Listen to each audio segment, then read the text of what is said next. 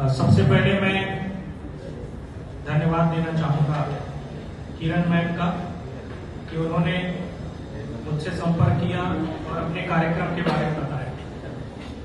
और इस कॉलेज के मैनेजमेंट का हम धन्यवाद देना चाहेंगे कि उन्होंने इतने बड़े प्रोजेक्ट का इनिशिएटिव लिया।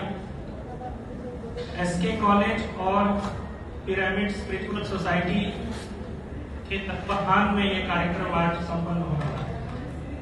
ये बहुत बड़ा अवसर आप लोगों के लिए है कि आप लोग आज इस कार्यक्रम के माध्यम से बहुत कुछ अपने जीवन में बदलाव सीखेंगे।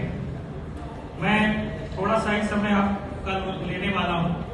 मैं कुछ बातें आपके बीच में रखना चाहता हूँ। यदि जो आज का जो कार्यक्रम है उसी कार्यक्रम के ऊपर मैं एक दो विषय आपके ऊपर बीच में रखना चाहता हूँ। एक चीज तो ये कि हमारा ये मानव तन, मनुष्य शरीर बड़ा कीमती है, ये बार बार मिलने वाला नहीं है।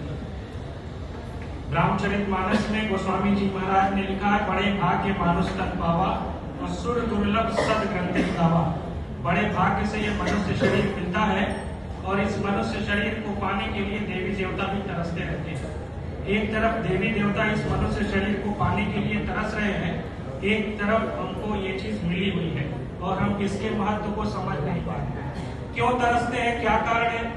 कोई ना कोई तो कारण होगा, रीजन होगा जिस चीज के लिए वो इस मनुष्य शरीर को पाने के लिए तरस रहे हैं। तो उन्होंने लिखा है, साधन धाम मोक्ष कर द्वारा और पाए न जही पर लोक सवारा। मनुष्य शरीर में एक साधना का धाम है और मोक्ष का दरवाजा है। जैसे हमें एक स्थान से दूसरे स्थान पर जाने के लिए किसी न किसी साधन की जरूरत पड़ती है। जैसे अगर हमें यहाँ से मान लीजिए मुंबई जाना है तो हम लोकल ट्रेन से जाएंगे, या अगर कहीं पास में जाना है तो हम लोग अपने पैरों से पैदल चल के जा सकते हैं। तो किसी न किसी साधन की आवश्यकता पड़ती है। अगर हमको 7 समुद्र पार अमेरिका में जाना है तो हवाई जहाज या पानी के या वायु मार्ग से हम जा सकते हैं। तो एक साधन है। इसी तरह से उस परमात्मा, उस मालिक के पास जाने का भी एक साधन है और वो साधन अपने मनुष्य शरीर, अपने घट के अंदर है। लेकिन हम उस चीज को समझ नहीं पाते हैं, मनुष्य शरीर के महत्व को समझ नहीं पाते हैं। एक छोटा सा दृष्टांत कहानी के माध्यम से आपको बताना चाहूंगा कि एक बार एक गरीब निर्धन व्यक्ति रहता है। वो वन में लकड़ियों को काटता है और लकड़ियों को काट करके जो बेच लेता है और उससे जो भी कमाई होती है उससे अपना जीवन यापन करता है। तो एक बार उस वन में उस राज्य का जो राजा होता है वो आता है और वो भटक जाता है। जब भटक जाता है उसको जंगल के जानवरों से डर भी रहता है कि कहीं जंगल के जानवर मुझे मार न डालें। तो वो निर्धन व्यक्ति जो उस जंगल में पेड़ों को काट करके लकड़ियों को बेच करके अपना जीवन यापन करता है, उसने किसी तरह से उस राजा की जान बचाई। राजा खुश हो जाता है। राजा इतना खुश हो गया कि इसने मेरी जान बचाई है, तो वो राजा क्या करता है, एक बहुत बड़ा चंदन के पेड़ों का बाग उसको दे देता है और बोलता है कि ये इसमें इस चंदन के पेड़ों से आप इसको इत्र बना सकते हो, उसको सुगंधित फूल बनाने के काम आ सकता है। आप इससे कुछ भी कर सकते हो और बहुत पैसा कमा सकते हो। उस निर्धन व्यक्ति को, जो गरीब इंसान था, उसको एक बहुत बड़ा चंदन के पेड़ों का बाग मिल जाता है। लेकिन उसको चंदन के पेड़ों का महत्व मालूम नहीं रहता। वो क्या करता है, पहले जैसे लकड़ियों को काटता था और बेचता था, उसी तरह से चंदन के पेड़ों की लकड़ियों को काटने लगा, उसके कोयले बनाने लगा, उसको बेचने लगा। धीरे धीरे धीरे धीरे पूरे चंदन के पेड़ों का जो बाग था उसको भस्म कर दिया और उसके बाद उसमें एक भी पेड़ बचा नहीं।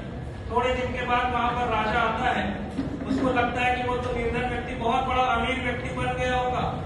लेकिन जब वो वहां पर गया और देखा कि इसने तो पूरे चंदन के पेड़ों का बाग ही जला डाला और देखा कि वो तो ऐसे ही पड़ा हुआ जैसे पहली स्थिति में था, उसने कहा, पूरा बाग कहाँ चला गया? तो उस निर्धन व्यक्ति ने कहा, मैंने सारे लकड़ियों को काट करके कोयला बना करके बेच दिया। बोला, अरे तुमको मालूम नहीं था, वो तो चंदन का पेड़ था, एक एक लकड़ी कितनी कीमती थी, बेचती तो तुमको कितना पैसा मिलता, कोई तो लकड़ी बची होगी। तो उसने कहा, एक छोटी सी लकड़ी बची हुई, तो जा करके लेके आओ। और जब लेकर के आया और कहा कि जाओ बाजार में इसकी कीमत तो बाजार में जब वो निर्धन व्यक्ति बची हुई लकड़ी को जब बाजार में लेके जाता है तो उसके बहुत पैसे उसको मिलते हैं। उसने आकर के कहा कि मुझे तो मालूम ही नहीं था कि इसके इतनी कीमत होगी, और मैंने तो गलती में अनजाने में जाकर के पूरे पेड़ों को जला डाला। उसने उस निर्धन व्यक्ति ने फिर प्रार्थना किया उस राजा से कि मुझे फिर से चंदन के पेड़ों का एक भाग दे दीजिए। राजा ने कहा आपको एक बार मौका दिया गया था, लेकिन आपने वो मौका गवा दिया, अब वो चीज आपको मिलने वाली नहीं। ठीक इसी तरह से ये मनुष्य शरीर एक बार, मनुष्य जीवन एक बार मिलता है। अगर हमने इसको ऐसे ही खाने पीने ऐशो आराम में गवा दिया तो ऐसे सांसों की पूंजी जो गिन करके मिली है वो धीरे धीरे हम लोग गवाते चले जा रहे हैं। हमारे घट के अंदर ही भगवान है। कहा तेरे पूजन को भगवान बना मंदिर आलीशान। ये आलीशान मंदिर भगवान की पूजा करने के लिए बना। ये मनुष्य शरीर परमात्मा का बनाया हुआ मंदिर है। इसको अशरफुल मखलूकात, इसको इस्लाम में अशरफुल मखलूकात कहा गया, इसको हिंदू धर्म में नर नारायणी देह कहा गया, और इसको बाइबल में टेम्पल ऑफ लिविंग गॉड कहा गया, जीता जी भगवान का मंदिर। तो जीते जी भगवान का मंदिर है ये। जैसे कहते कस्तूरी कुंडली बसे और मृग ढूंढे बनमाही, ऐसे खटखट राम है दुनिया देखत नहीं। कस्तूरी रहती है मृग के यहाँ गले में, और उसकी